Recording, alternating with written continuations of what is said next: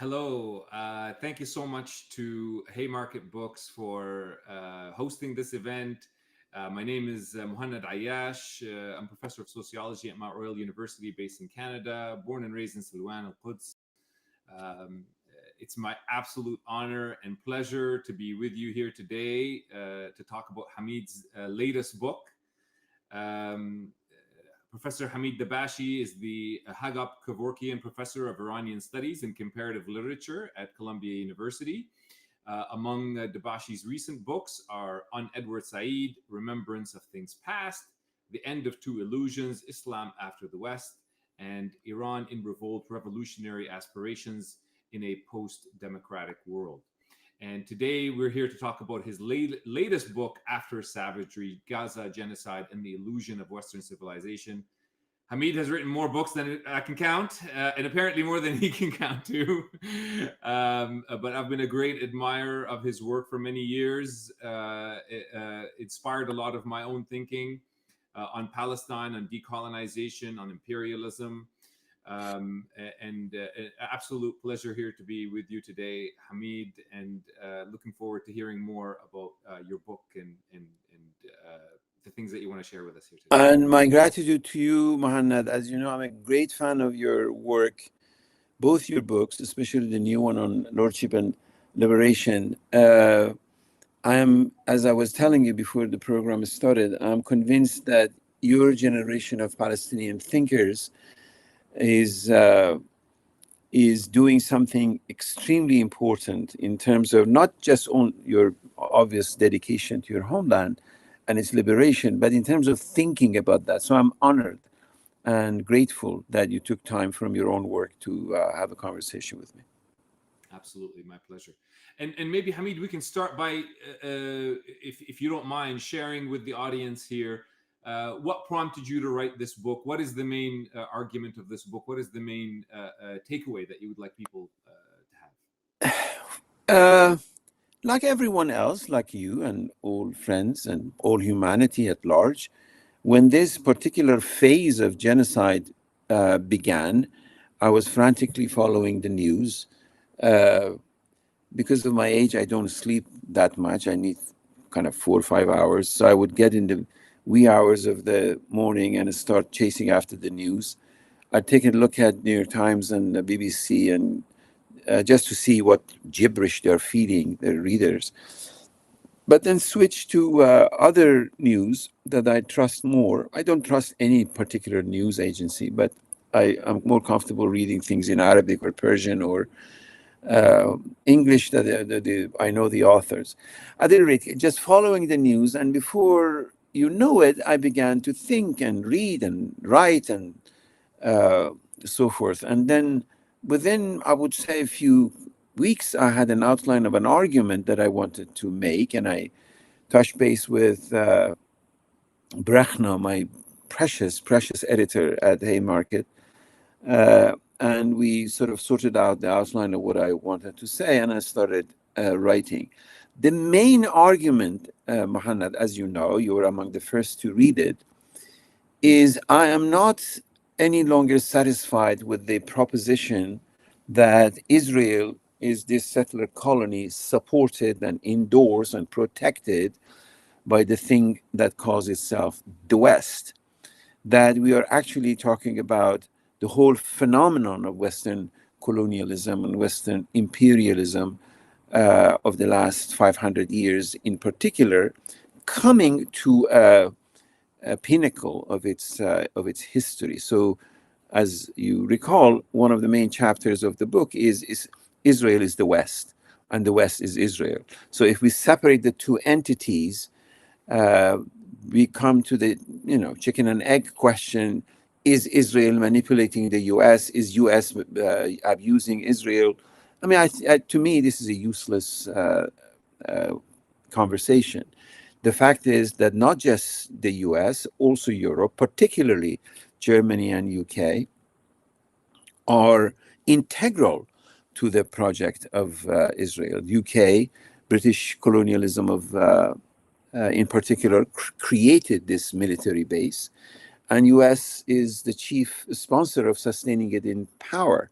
So the main argument was that if Israel is the West and the West is Israel, then what about Palestine? And Palestine to me became the simulacrum of the world at large. So we have a cosmic encounter between the West and the world being represented by extraordinary resilience of Palestinians for generations, standing up to the theft of their homeland. So that's really the basic argument. But then I kind of began to develop it in multiple directions, looking at, particularly for this project, looking at the philosophical foregrounding of European imperialism. Not that European imperialism is just this political project and the rest of Europe is something else, but a basic argument of the book is that in fact European imperialism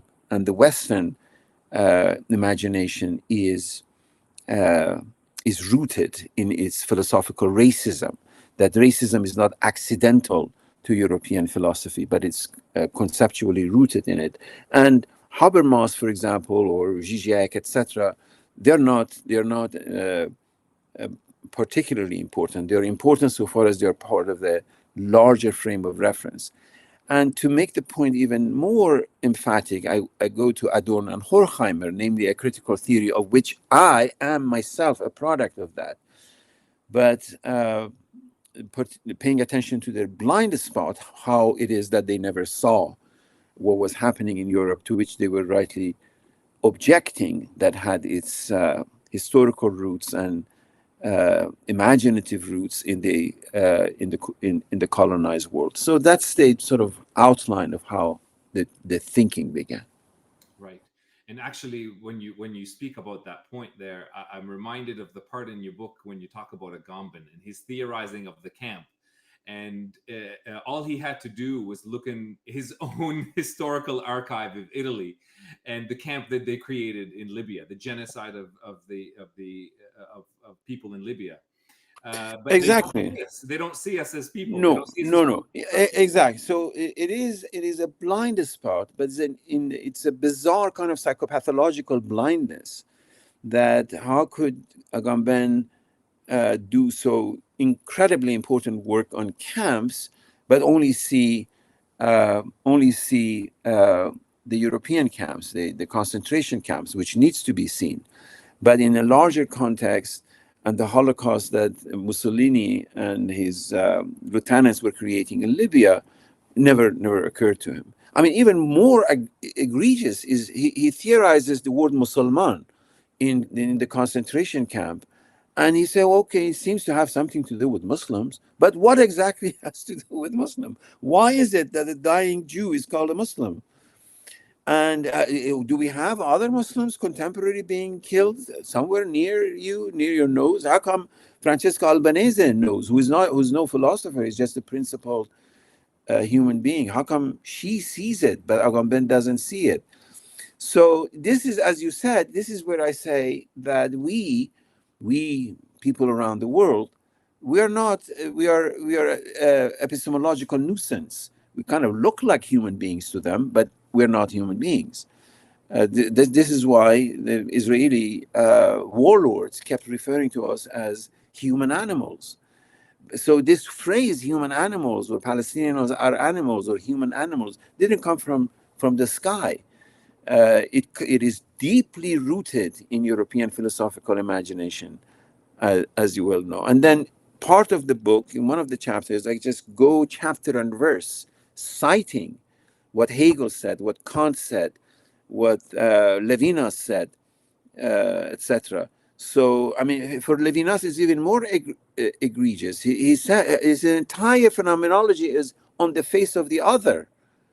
But when Sabra and Shatila happened, so the Palestinians are not the other, you refuse to accept responsibility for Sabra and Shatila. So there is something fishy not in terms of sort of ad hominem personal racism, but at a kind of racism that is epistemologically rooted, that we don't become human. We're not allowed to become human. Yeah. I don't want to spend the whole discussion on Western philosophy, and I want to move more into the decolonial epistemologies. But I also want to ask you, what do you say to those who are continuously, until this day, I still see it, they're trying to rehabilitate European thinkers from their racism? They're trying to say, oh, well, Hegel was bad on this, but we can take the good parts of his philosophy. Oh, I don't know Horkheimer this, but is it possible to rehabilitate paradigms that are structurally rooted in the exclusion of the colonized other? What do you No, say? it is not possible. I mean, in my humble way, in a very minor way, this is what I'm arguing in my book, that it is not to be saved. But my position is that European philosophy, first of all, has to be historicized. It is not philosophy, is a particular philosophy. One of the basic tendencies is that, for example, the history of Islamic philosophy, which emerges from the same sort of roots, is a bizarre accident for European philosophy, despite the fact that Plato and Aristotle were translated into Arabic and Persian and other languages long before they were translated into German, French, and Italian. I always say, only half jokingly, that if Heidegger and I went to Plato and I said, Mr. Plato, my name is Hamid Dabashi and I'm a Persian, he probably wouldn't like me, but he knows who I am. And if Heidegger said, Herr Plato, ich bin Deutsch, he has no idea what's Deutsch. So we need to historicize European philosophy, but when you historicize it, you kind of teach it humility. That yes, there are significant events have happened, but first of all, let's historicize, because what has historically happened, they particularize, namely exoticize other worlds' philosophy, whether it's Arabic or Persian or Sanskrit or African or whatever, and self-universalize that only what they did was philosophy, not anything else. And beyond that historicization, once we historicize it, we say, what do you do with the fact that for example, a pre-critical text, Observation Concerning the Sublime and the Beautiful, Immanuel Kant says, so-and-so said that an African said something which seems to be logical, but this man is top to toe black. I'm quoting verbatim. A clear indication of what he said was stupid. So what do you want to do? You want to throw it away? No, you keep it, and then you start reading the three critiques in a way that the first critique is not the constitution of the knowing subject, is the constitution of the European knowing subject. And the second critique is a knowable world, which is the colonial world. So you and I, Muhannad, we become like chairs, we become like trees. We are not agents. We cannot have agency of becoming a knowing subject.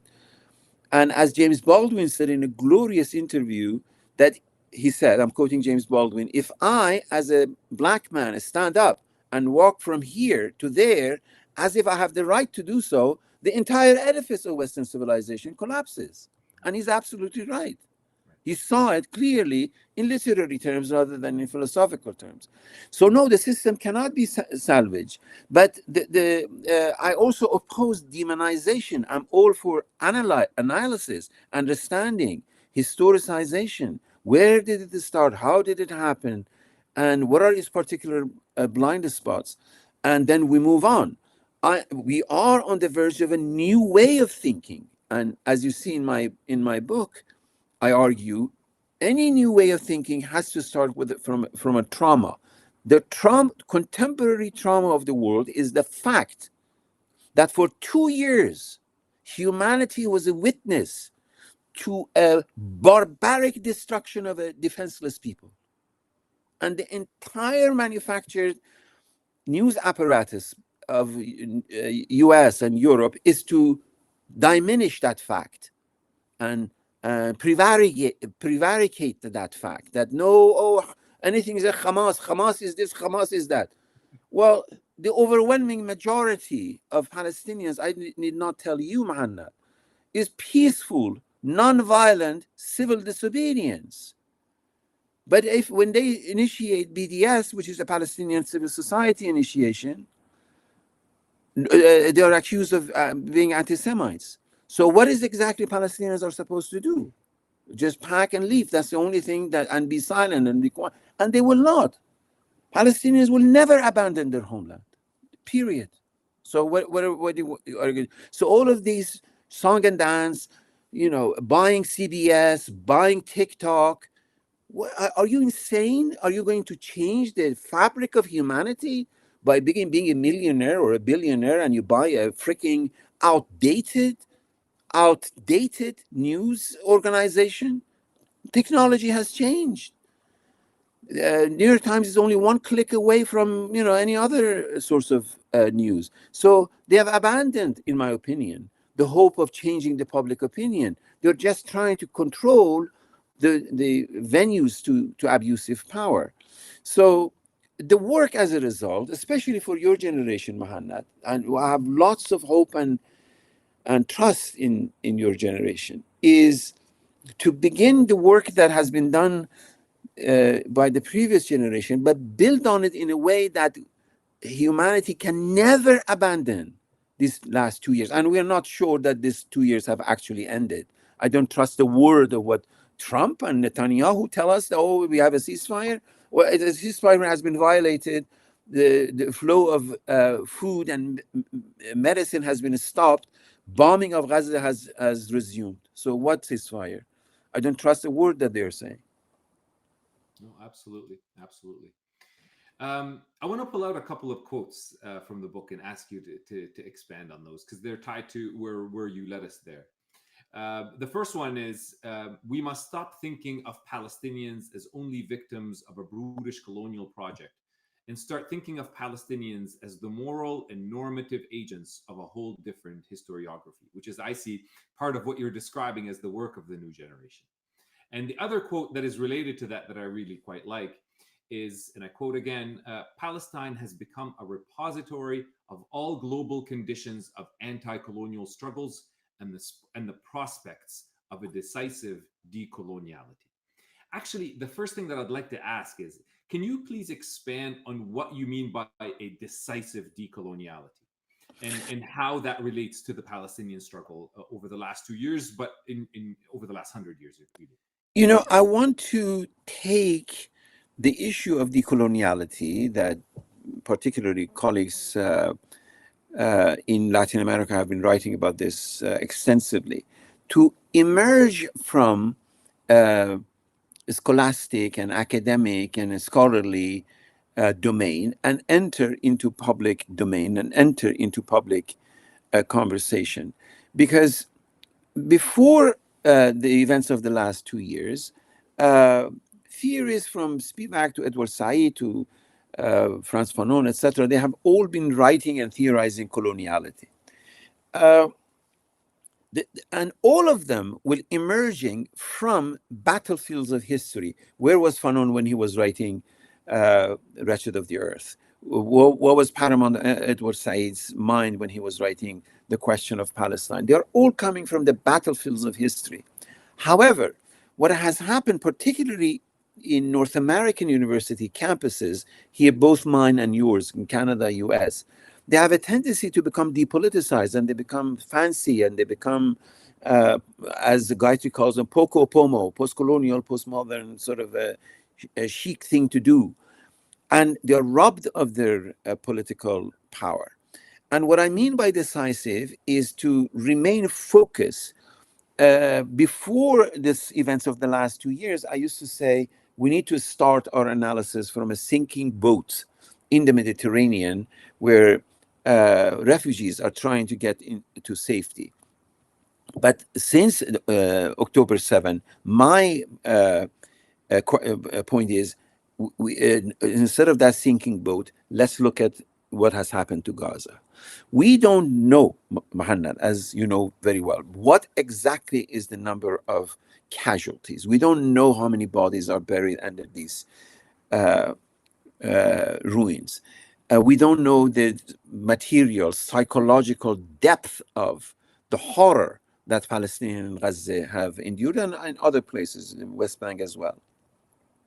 We need to dwell on that moment, because that moment, that trauma, will never be erased and should never be allowed to erase, needs to be constantly historicized, and it is not, nor should the events of the last 2 years be fetishized. 2006, Palestinians were experiencing the same thing when they were peacefully on land day coming to the border of Gaza, sort of looking at their homes before they were expelled. So we need to sort of recraft the entirety of the history of Palestinian dispossession, not just what happened over the last 2 years, and begin to rethinking the history of colonialism, which is a history of the world over the last at least 300 years. And also think in terms of this project called modernity, that there is no modernity without colonial modernity. And then if modernity is implicated, if colonial modernity is implicated, the entire history of the last 300 years is implicated, which means it is not only to reconstruct. Are you Kushner? Jared Kushner is supposed to resolve the issue, or Witkoff, or Donald Trump. I mean, these are ridiculous people. I don't know. They're so ridiculous, they don't even know how ridiculous they are. So the work is cut out for serious people around the globe, people who have been struggling with the history of colonial modernity, with the savagery that has happened around the world, with what the British were doing in India, with what the French were doing in North Africa, what the Germans were doing in Namibia, what the Portuguese, all of them, the Belgians were doing in Congo. So when we count these, we are talking about the history of the world over the last 300 years. But it is not just the history of colonialism. It's the history of philosophy. It's the history of world literature, world cinema, science, technology. I mean, I have become so suspicious and dismissive of this Nobel Prize thingamajig, not because they just find this advocate for genocide in Venezuela and gave her a Nobel Peace Prize, for God's sake. But Muhannad, I asked myself, science, technology, physics, chemistry, who are these people? Are not in a position to decide what exactly is happening in the world of science, when the guy who created and established this prize himself was the inventor of dynamite, for God's sake. And now it's a Nobel Prize, and they put a sort of a three-piece suit and a formal dressing on, and go and speak English with a Norwegian or a Swedish accent, and we're supposed to be very impressed. I'm not impressed. I'm not impressed with any of these shenanigans and all of these productions. So we need to go epistemologically. Everything we are on the very, we have to ask, what has chemistry to now? For example, a Palestinian, poor Palestinian, has won a prize in in chemistry. But I'm beginning to question and think, so what kind of chemistry? What this chemistry has done?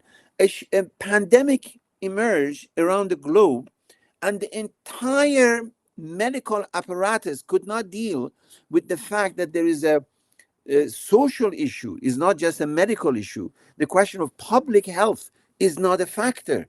They think that if they just have amazing private insurance, then they're okay. They're not okay, because we are as weak or as strong as the weakest in every society.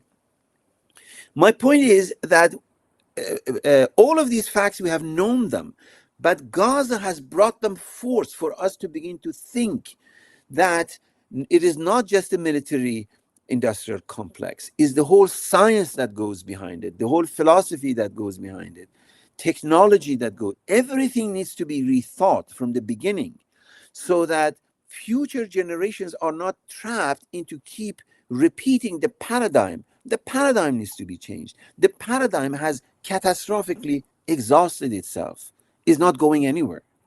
And so we need to pause, we need to think, And we need to understand and simply ask ourselves, in what kind of world would the world allow for 2 million people to be subjected to day in, day out bombing by the entire military apparatus of the West?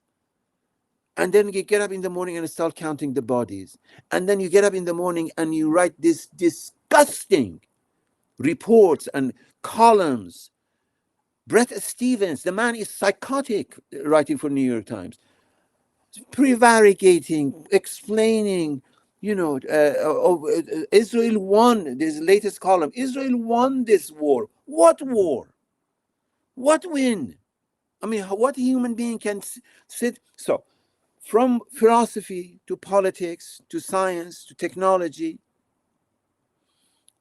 anything that has the word world in it, world cinema, world politics, world literature, world philosophy, we need to step back and begin, as I said, with the rubbles of Gaza, and think a human being, a mother, a father, a child, and buried under those rubbles, and think, okay, let's start my philosophy from there. Let's start my definition of world cinema right there. That imposes a moral obligation on us, as well as epistemological pressure on us to think anew. And for that, this is the reason that I call it, we need a radical reconsideration, because now the whole world is colonized. It's not that the British colonized India and then they got away with it, and now we're in post-colonial period. Right. Yeah. Beautifully said. Part of what you're pointing towards there is kind of a crisis of legitimacy for institutions, whether it be media or universities or government or economics or what have you. Institutions are facing a major crisis of legitimacy as a result of the genocide, especially in places where these institutions have, overtly supported the genocide of the Palestinian people. Yet these institutions still maintain a hold on people in material ways. I sometimes think, even though an institution might not have any more moral legitimacy left, its material legitimacy, in the sense of someone being dependent on their livelihood on these institutions, might sustain them for a period of time. I don't know how long, but it might work for a period of time. And during that period of time, these institutions might try to rebrand themselves, reinvent themselves in a direction that doesn't change the fundamental colonial racist structures that underpin them. Do you see this as a danger? Where do you read this sort of moving forward, pertaining to universities or culture, as you would like to? As you rightly said, these institutions need to be re-examined. I'm not quite sure if these institutions, in and of themselves, are capable of this re-examinations, but they have to be a subject of public conversation. Right now, one of our own provosts, Jonathan Cole, for whom I have immense respect, wrote a piece in one of our university papers. In fact, he raises many of these issues. We have to go back to Cardinal Newman. We have to think what exactly has happened to these universities that have become increasingly dependent on federal funding, that have Columbia University, I talk about my own university, is more a real estate business than it is a university proposition. The board of trustees, who are supposed to be the custodians of the university, they have no conception of education or pedagogy or anything. They treat it like they treat any corporation, so it's corporatized.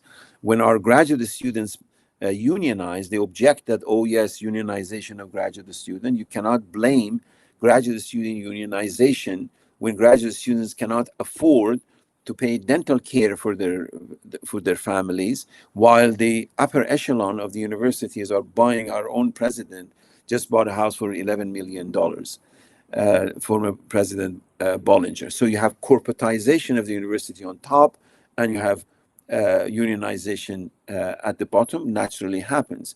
What damage that does to the educational project of a university, what responsibility do we have towards our students who enter into our classrooms with their guards down, trusting our judgment, trusting our ability to think, remains to be seen in what particular way. Right now, in North America, universities are completely paralyzed.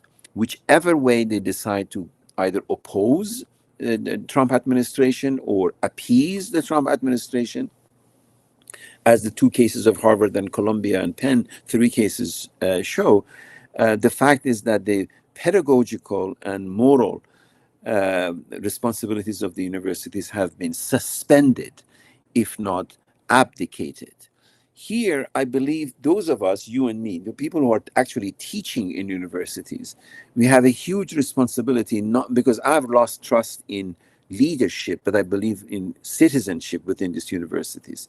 We have students to teach, we have trust to build, we have commitments to perform towards our students, towards our colleagues, and recreate and reimagine the medieval context of how these universities were originally conceived. We are a very peculiar institution.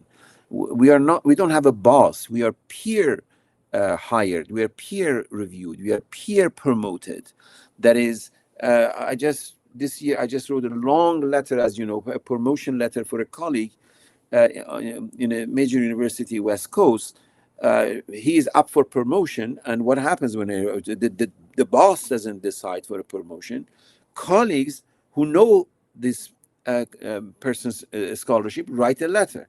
So we are a very bizarre kind of an institution. When you write a book, you say, Hamid, would you endorse it? Why? Who is Hamid to endorse it? Because I know your scholarship. When I write a book, I say, Muhannad, would you kindly endorse it? So this is how these institutions operate. And this is entirely outside the purview of what the Trump administration or any other administration may want to impose on universities.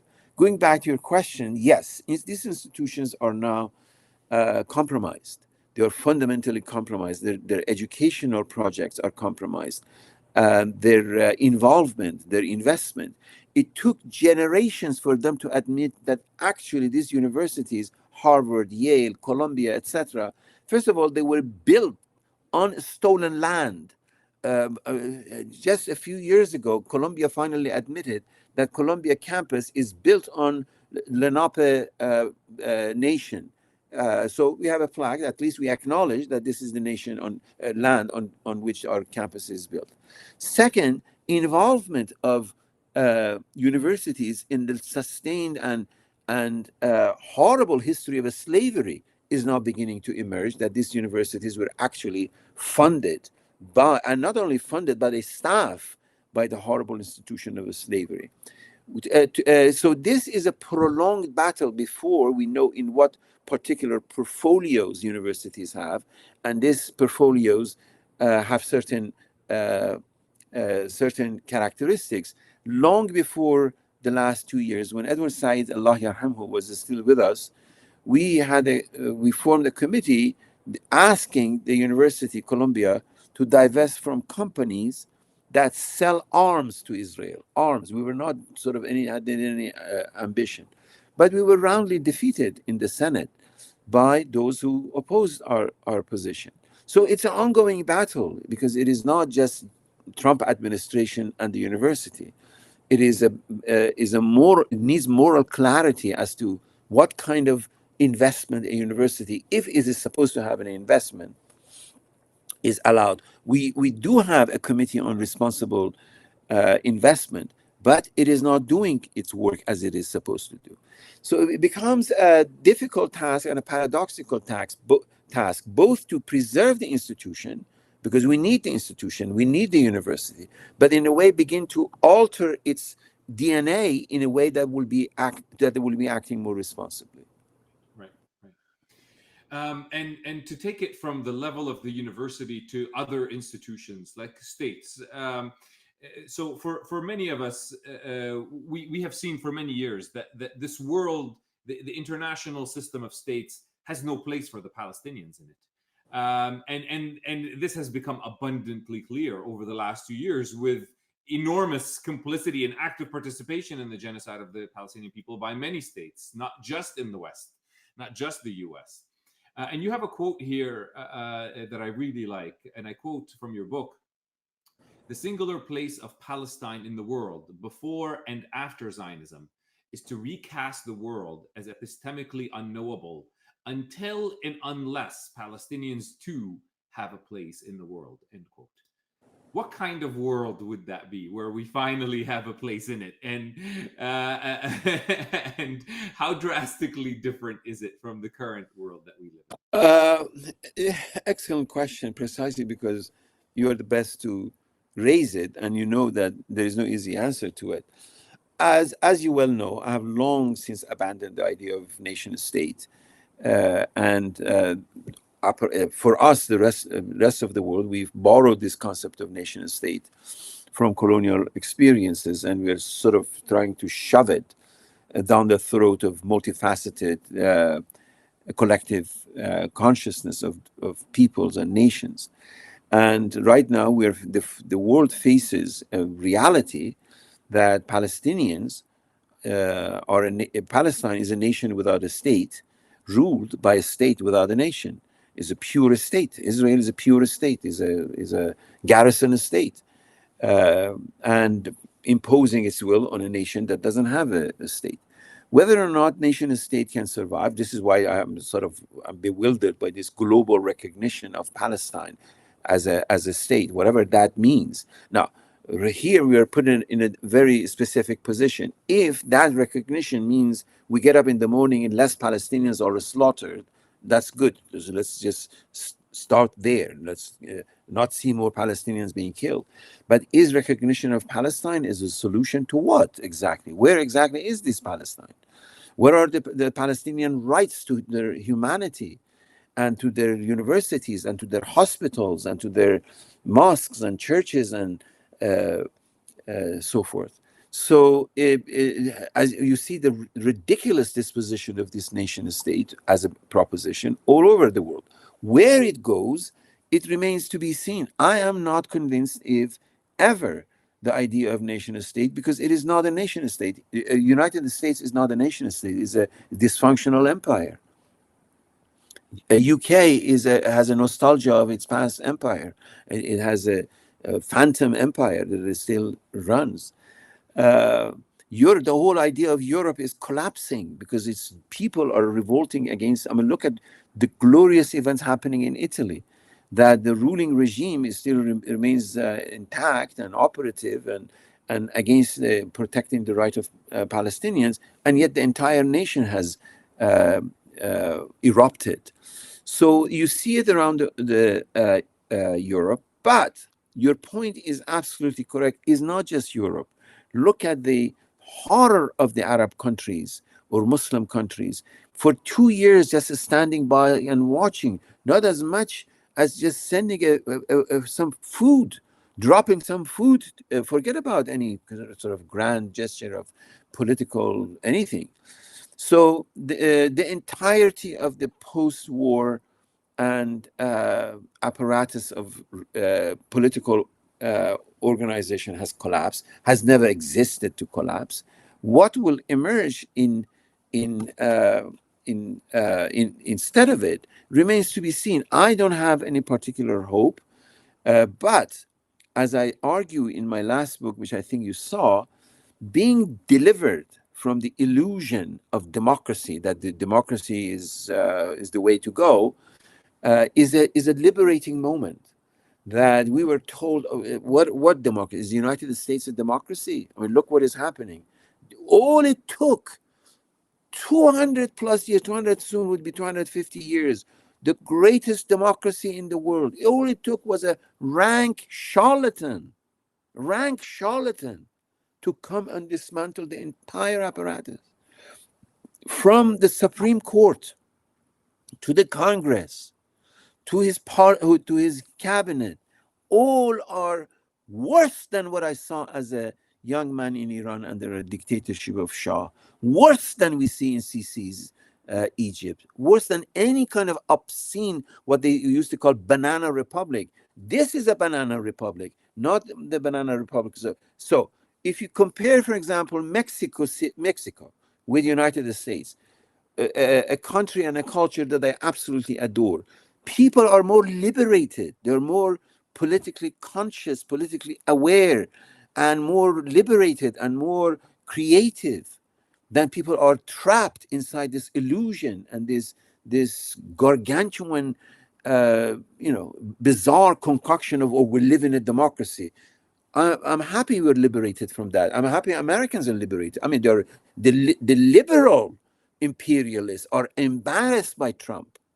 Not that they're also embarrassed by Netanyahu. They don't want Netanyahu to kill so many people. They want a steady killing of Palestinians, a few, dozens every day. So that's fine. You can explain it by Hamas did this and Hamas did that, but not so many, so they are embarrassed. So occasionally they publish a piece by, like Rashid Khalidi write a piece for an op-ed for New York Times. So we are very open-minded and liberal. So let's sustain it.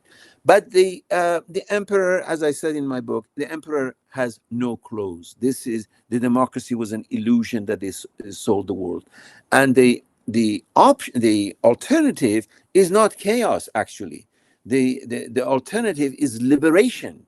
That you're no longer living with this assumption that democracy is possible. Democracy is not possible. Right now, we need to think of alternatives, collectivities,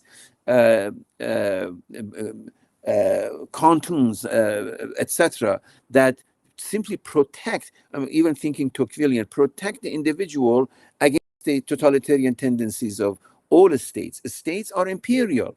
I mean, right now, there's just Hardan Negri's notion of empire. This is how it's operating. And against that amorphous empire of Hardan Negri, what do? Simply collectivities to protect themselves rather than thinking of a state. Or Mahmoud Abbas, do I think that Mahmoud Abbas will come to power and we have a nation state and, all will be hunky-dory? I mean, after all these years, that's impossible to imagine. It's certainly impossible to imagine when at Sharm el-Sheikh, 3 hours or so after Trump addressed the Knesset, told them openly and bragged about selling weapons that killed Palestinians. A few short hours later, Abbas is kissing the ring of the emperor in Sharm el-Sheikh. What respect? He said, he was asking me for weapons, and he put them to good use. Yeah. Oh, really? Put them to good use for what? Put them with killing people? And some weapons I didn't even know. Yes, of course, because AIPAC knows, and AIPAC sells what weapons you want. So there is no sovereignty.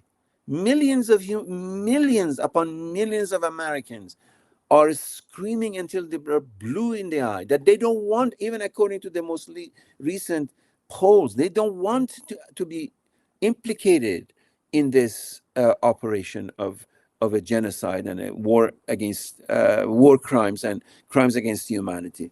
But they don't. The Democratic Party doesn't listen. I mean, right now, look at the Zohran Mamdani, just won a mayor running for a city, but he dares to say, if Netanyahu comes here, I'll arrest him.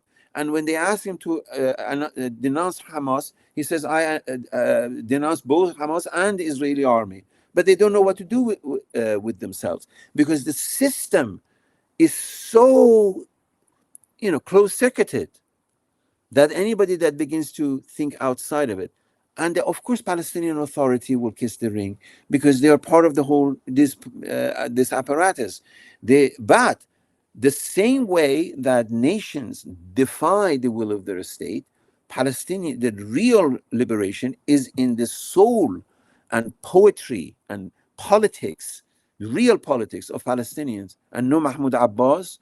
I mean, right now, this celebration of Marwan Barghouti, legitimate fighter for Marwan Barghouti, is so far as that he remains a symbol of resistance.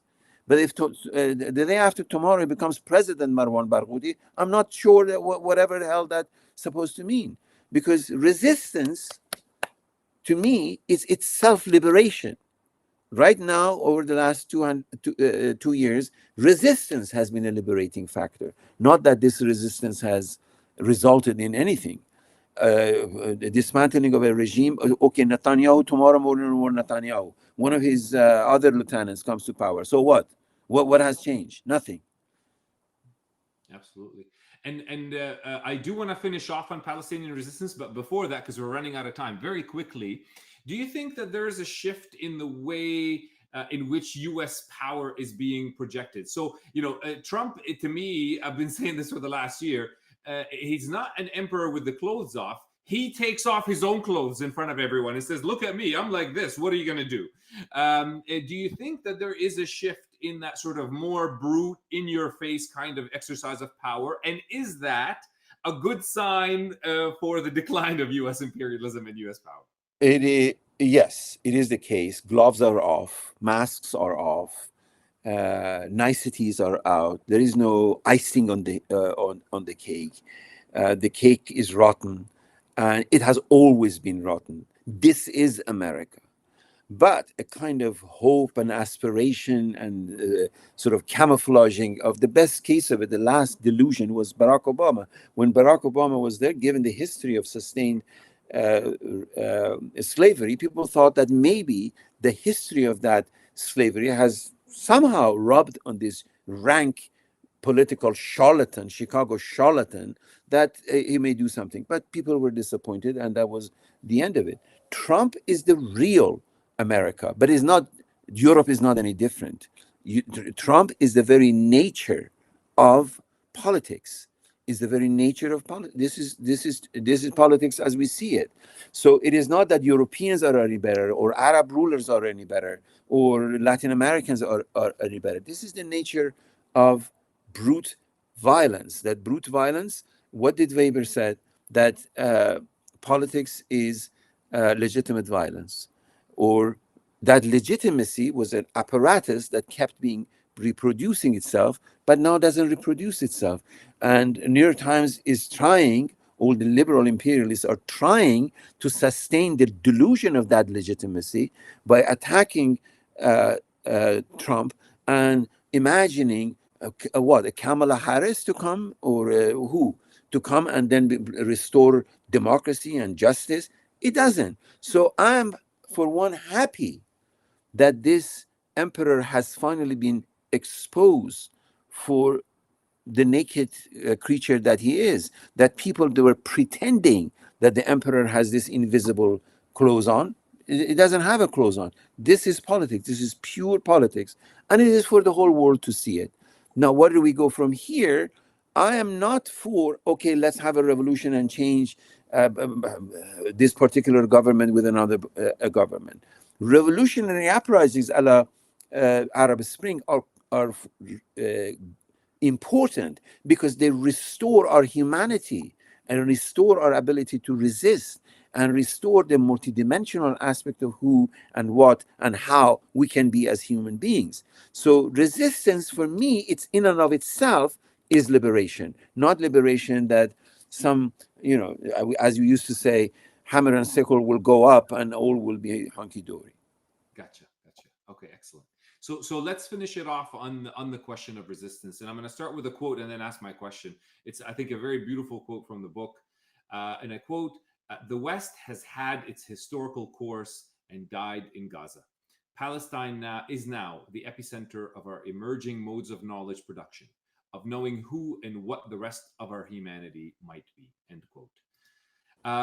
One of the things that I see over the last 2 years is that despite the onslaught of this, incredibly sophisticated military machinery backed by the greatest power in the world, military power in the world, the U.S., Israel unleashing all of its political capital and its economic capital, cultural capital to commit genocide against the Palestinians, to expel them, and critically to end once and for all, as they dreamt in Israel, that this will be the end of the Palestinian will to resist, that this will be broken once and for all.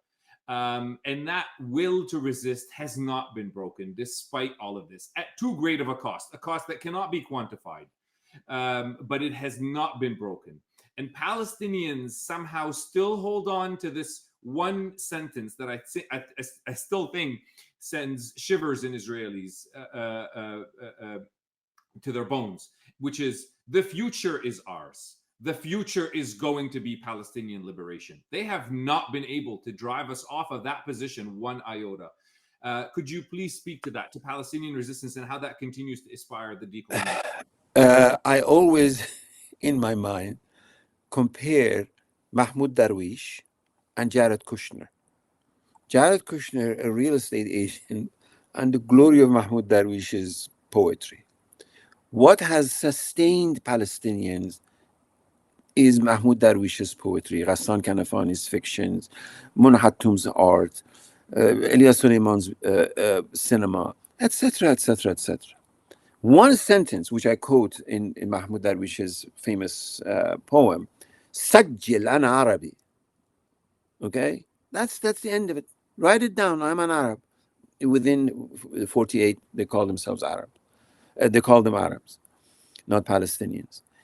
It is impossible. Every day that passes, right now we have a new generation of filmmakers. Technology has changed.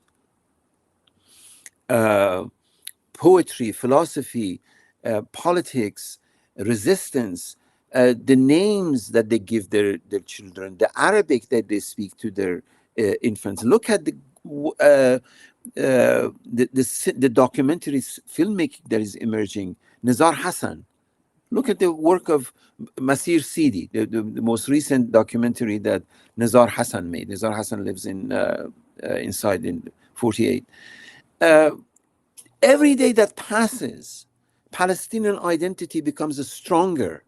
More and more Palestinians, and they think they killed, 60, 70,000 Palestinians, 80,000 Palestinians, that's the end of it? No. Palestinians will go back home and start making more children, and they will teach their children their history. They whisper Palestinian lullabies to them. They make them those beautiful clothing items, song, dance, music, etc., etc. That will sustain the nation. It is impossible to be erased. If they will fight to the last person, and the last person is the beginning of the next person. So it will not. They're trying to swallow Palestine, and it's stuck in their throat, and it will not go down. It's impossibility. And right now, look at, you're sitting in Canada, I'm sitting in New York, and we're having a conversation. And I just finished just one document for posterity, one minor document for posterity, with all I had, humbly giving it to my Palestinian people. Is impossible. And there, I think, compared to the vastness of intelligence and resistance and humanity and art and science and technology and media at the disposal of the new generation of Palestinians. Are you kidding me? They're going to Abraham Accord? These people are insane. Particularly insane are those disgusting Arab leaders in United Arab Emirates and whatever, that they think they can sell out the Palestinian cause. They cannot. The single most important site of Palestinian resistance are the Palestinians themselves. And the Palestinians themselves are all over the place. They're not somewhere for you to locate them. But epicenter is Palestine itself, the entirety of Palestine. The thing that bothers them is from river to the sea. From the river to the sea has never been anything but let's resume our humanity. Anybody who lives between the river and the sea just live within river and the sea. Is them, the genocidal Zionists, who think this is greater Israel. They are, and they're projecting their own abusive reading of river to the sea to the way that the Palestinian humanity, on behalf of the entirety of the humanity. Why South Africa comes to the defense of Palestine? Why the best of Europeans, such as the Prime Minister of Spain, comes to the defense of Palestine? Why does Ireland sees the history of its own resistance in Palestinians? Nicaragua, Latin America, Mexico, etc. Suddenly, the world sees itself in the mirror of Palestine. So you think that you kill 10 more Palestinians, so that's the end of the story? It's delusional. It's psychotic. Absolutely. Absolutely. Thank you so much, Hamid. Um, I think we're out of time. We are out of time. You and I Did can you want to talk say one forever. last thing, one last word about the book to conclude it? We have 1 minute. I am absolutely elated, not because that is my book, but because it resonates with the events. That translations into Arabic and Persian and Turkish and Korean and Japanese and so forth are all happening. I have done my humble share in gratitude for the grace with which Palestinians have included me as one of them. I just tell you a joke. There is a joke about me that Palestinian says Hamid is the only Palestinian with incredible knowledge of Iran. Nobody has paid me a better compliment than this. I'm honored to be part of it. So yes, and thank you, Muhannad, for making time to have a conversation. Always my pleasure. It's been a pleasure to have this conversation with you, and I hope the audience learned as much as I did and enjoyed this discussion as much as I did. So I thank the audience for their patience and kindness to listen to conversation. Thank you, everyone. Thank you. And thank you to Haymarket.